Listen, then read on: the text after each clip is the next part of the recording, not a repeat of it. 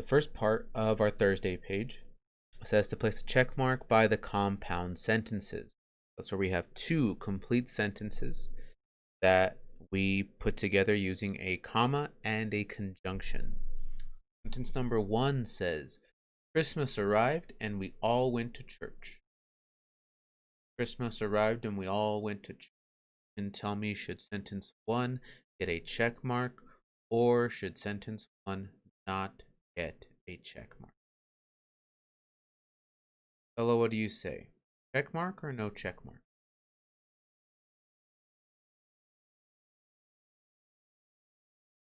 Yes, it does. Sentence 1 is a compound sentence.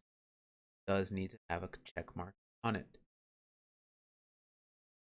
Sentence 2 says Marianne wore a red dress with black shoes. Marianne wore a red dress with black shoes. Who can tell me sentence 2? Does sentence 2 need to get a check mark or does sentence 2 stay blank? Christopher?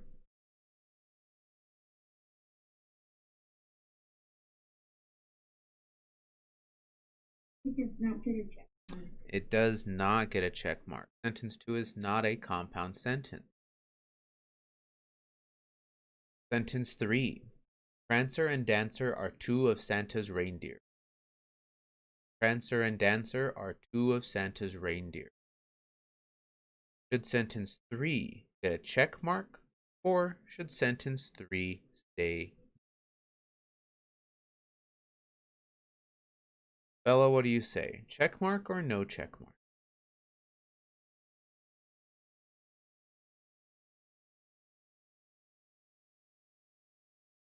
No check mark.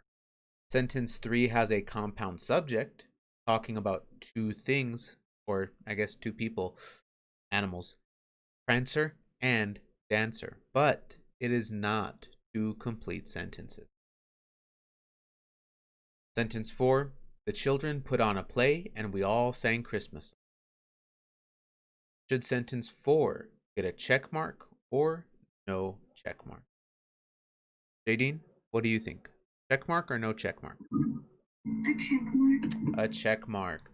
It does have two complete sentences. It does have a comma and a conjunction, so it does get that check mark. Okay, the second box is going to be very different depending on who you are. There's lots of different similes you could write.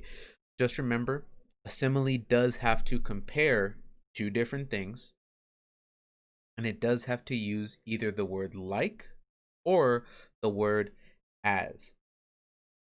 So there is a ton of options here. You could write a lot of different things. There's not just one way to write a simile or one simile to write. So this one, not everyone is going to match, and really not everyone should match. If we all write the same simile, it'd be kind of boring. But so long as your simile is comparing two different things, and so long as your simile uses either the word like or the word as. So if your simile was something like, my mom was as mad as a mad mom, that's not a simile. Because you're saying your mom is mad and she's mad like a mad mom. Well, a mad mom and a mad mom are the same thing. If your simile doesn't have the words like or as, if you just said, my mom was a volcano, that's not a simile because you didn't use the word like, you didn't use the word as. But if you have something like, my mom was as mad as a grumpy bear, that is a simile. Now you're comparing two different things, your mom and a bear, and we use the word as. Or if you said, I was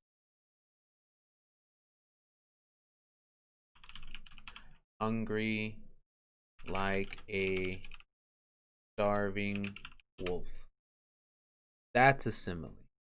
Because you're comparing yourself and the wolf and you use the word like. So long as you're comparing two different things and you're using the word like or as, you have a good simile there. So like I said, not everyone's going to have the same thing. It's not going to match, but that's okay. Not everyone is going to have the exact same. Since they were doing a lot of Christmas stuff, I could put something like the presents were shining like stars in the sky. So that would be a simile. I'm comparing the presents with stars using the word like. Again, if your simile is different than mine, that is absolutely fine. It does not have to match. In fact, I don't want it to match. I want something different from you. So long as you're comparing two different things, so long as you're using either the word like or as, you're fine. Now the sentence is something that we should all have the same because we don't want our sentences to have any mistakes. She loves to read books and bake Christmas cookies. What are some mistakes that we can see in the sentence? Noah?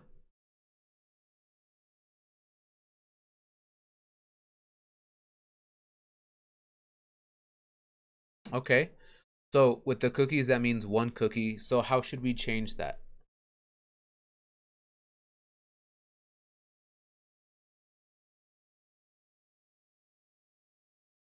I could, but remember, if I have the apostrophe, then I'm saying that either something belongs to the cookie or like here it could be cookie is or cookie was.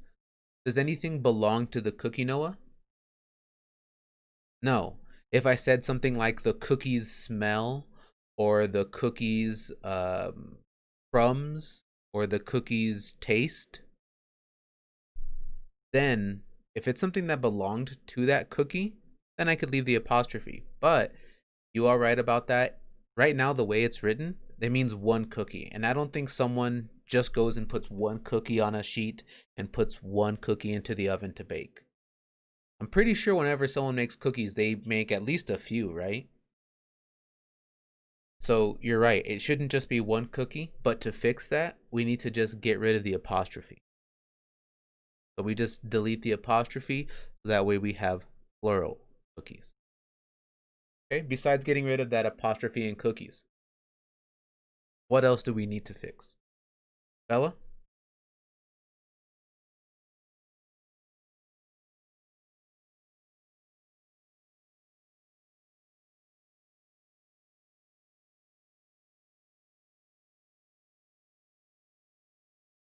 Okay, need to capitalize the S in she. It's the beginning of our sentence. Well, just make sure you don't lose it, Kaylee. What else? So we capitalized the S in she. We got rid of the apostrophe in cookies. What else do we need to fix? Jadine? You have to capitalize the C in Christmas. We have to capitalize the C in Christmas. It's the name of a holiday. It should be capitalized, no matter where we use it. Jaylene?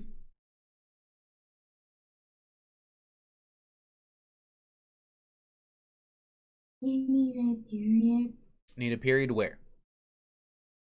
at the end of the sentence. Okay, need a period at the end of the sentence. That's good. There's one more mistake.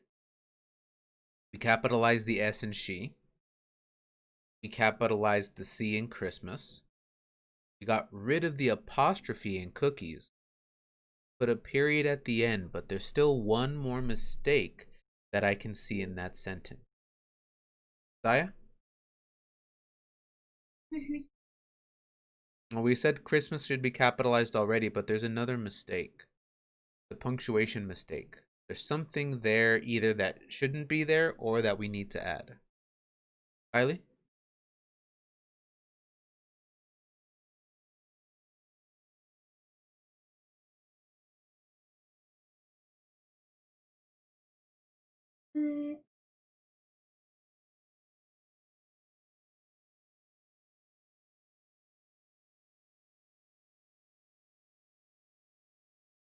books. We need to take away the comma after books. If I have a comma and a conjunction, that means I have two complete sentences. But I don't have two complete sentences. She loves to read books is fine. That is a sentence on its own. But bake Christmas cookies is not a complete sentence because they don't tell us who is baking the Christmas cookies. Because it's not a complete sentence on its own, the comma should not be there. So if I write my sentence correctly, it should be capital.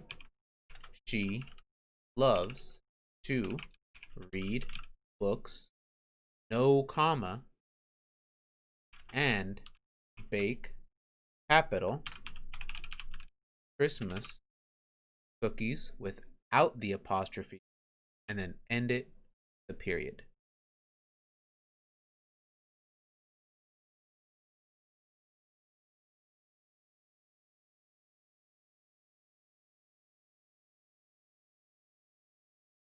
Okay, this one, there was a tricky one in here. Let's see if we see how we deal with it. Just like the other day, we're gonna write the contraction. So we're taking two words, we're putting them together, kind of squishing them, making them smaller. So we're gonna need to take out some letters and put some apostrophes in. If I have the words would and have, and I wanted to make a contraction, I wanted to take those two words and squish them together and make one shorter word, how would I write it? How would I write it, Alexa? You put WO. Oh, hold on.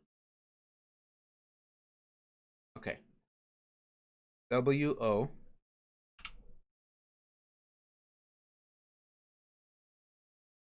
What else, Alexa?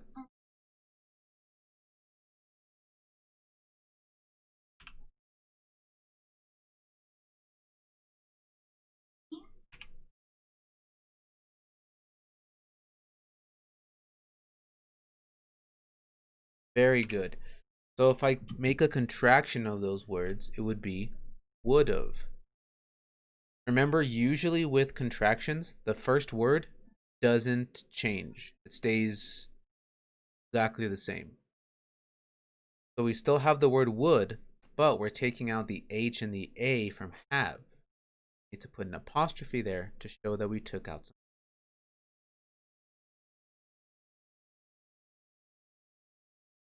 What about might have? If I was going to take the words might have and make a contraction with those, how would I write it?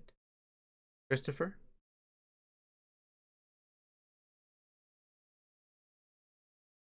Okay. M.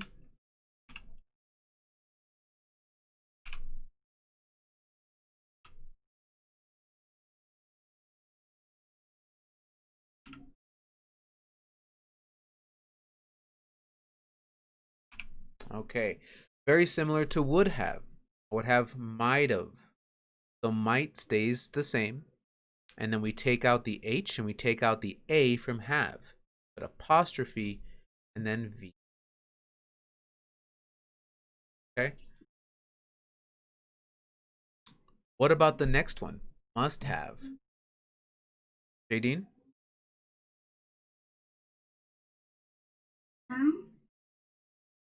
U S E V E. Very good. Very similar to would have and might have. It would be must have. So must stays the same. We put apostrophe because we're going to take out the H and take out the A. And then we put VE. This last one was a tricky one that I know a couple of us were kind of confused about, had some problems with. Like I told you, this is something that you've used. I am almost 100% sure that you have used this, that you've heard this, that you've seen this, or that you've read this. You might just not know that it means. So in this case, the contraction is 3 words, not just 2. Of the clock. Who thinks they know what the contraction would be? Haley?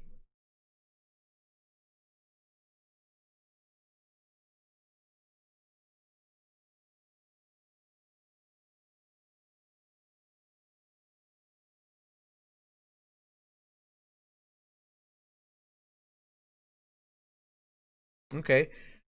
You've got the beginning right. The only thing here is you don't need the E. So with this one, it would be O. And then you're right. You don't need F. You don't need T. You don't need H. But you also don't need E. So it's just O apostrophe clock.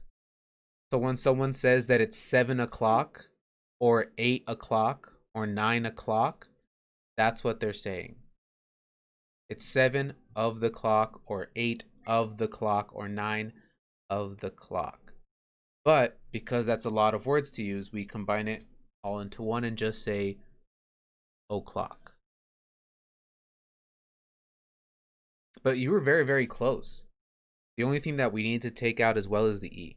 So all of the word the and then the F from of. Everything else stays the same. So like I said, that's one that I'm pretty sure we've all heard or that we've all used, but it's just not something that we think of when we write that or when we hear that. So when you're saying o'clock, you're really saying of the clock. But that one was a tricky one.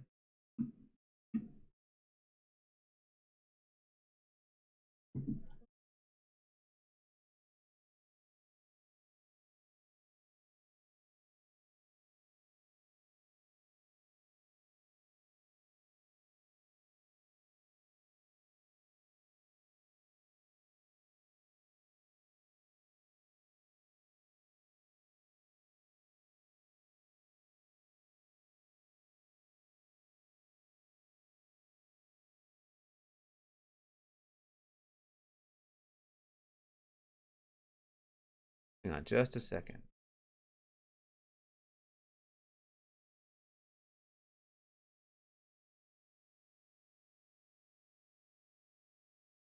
All right.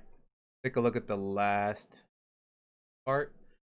What is the best way to combine? So they give us two sentences that they want us to combine into just one. We opened presents, we played with our new toys. A says we opened presents, then we played with our new toys.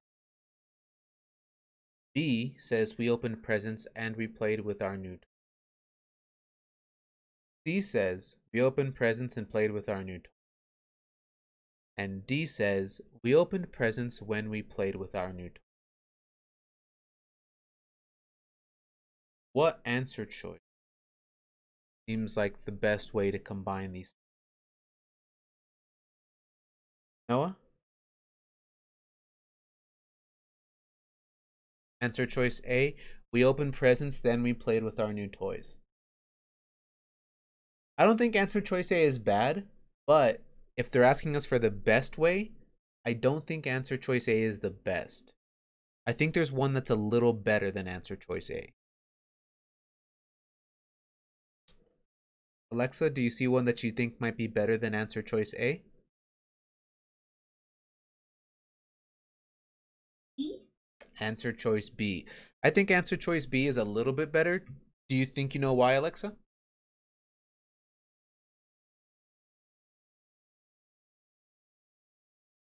It's got a comma, but there's something else that has that answer choice A doesn't. They're very similar. It's got the word and, it's got a conjunction. Why do you think it's important that there's a comma and a conjunction there, Alexa?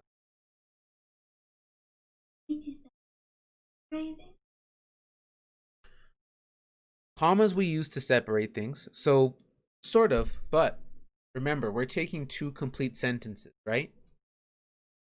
We're combining them. Whenever you combine two complete sentences, you need to have a comma and you need to have a conjunction. I think answer choice A would work only if, or it would be better only if we put a period after presents. Because I think Noah's right. The word then shows us like steps. And it kind of makes sense. You'd have to open the presents up and then you can play with whatever's in the presents, right? But if they want us to combine these two sentences and make just one sentence, then I'm going to need that comma and the conjunction. I can't just have then. So even though answer choice A isn't a bad answer choice, it's not the best one. The best one that I could pick here would be answer choice B because it has that comma and the conjunction. Both of those are things I need when I'm combining complete sentences.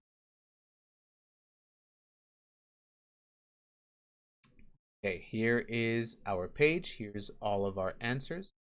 So make sure that your page matches my page, except for the simile. Again, that part might be a little bit different.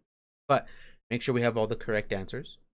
You can go ahead and turn in the DLR week 14, and then make sure that we start working on that DLR week 14 quiz. Make sure we're working on the quiz on your own, and then when you're finished with the quiz, make sure that you turn the quiz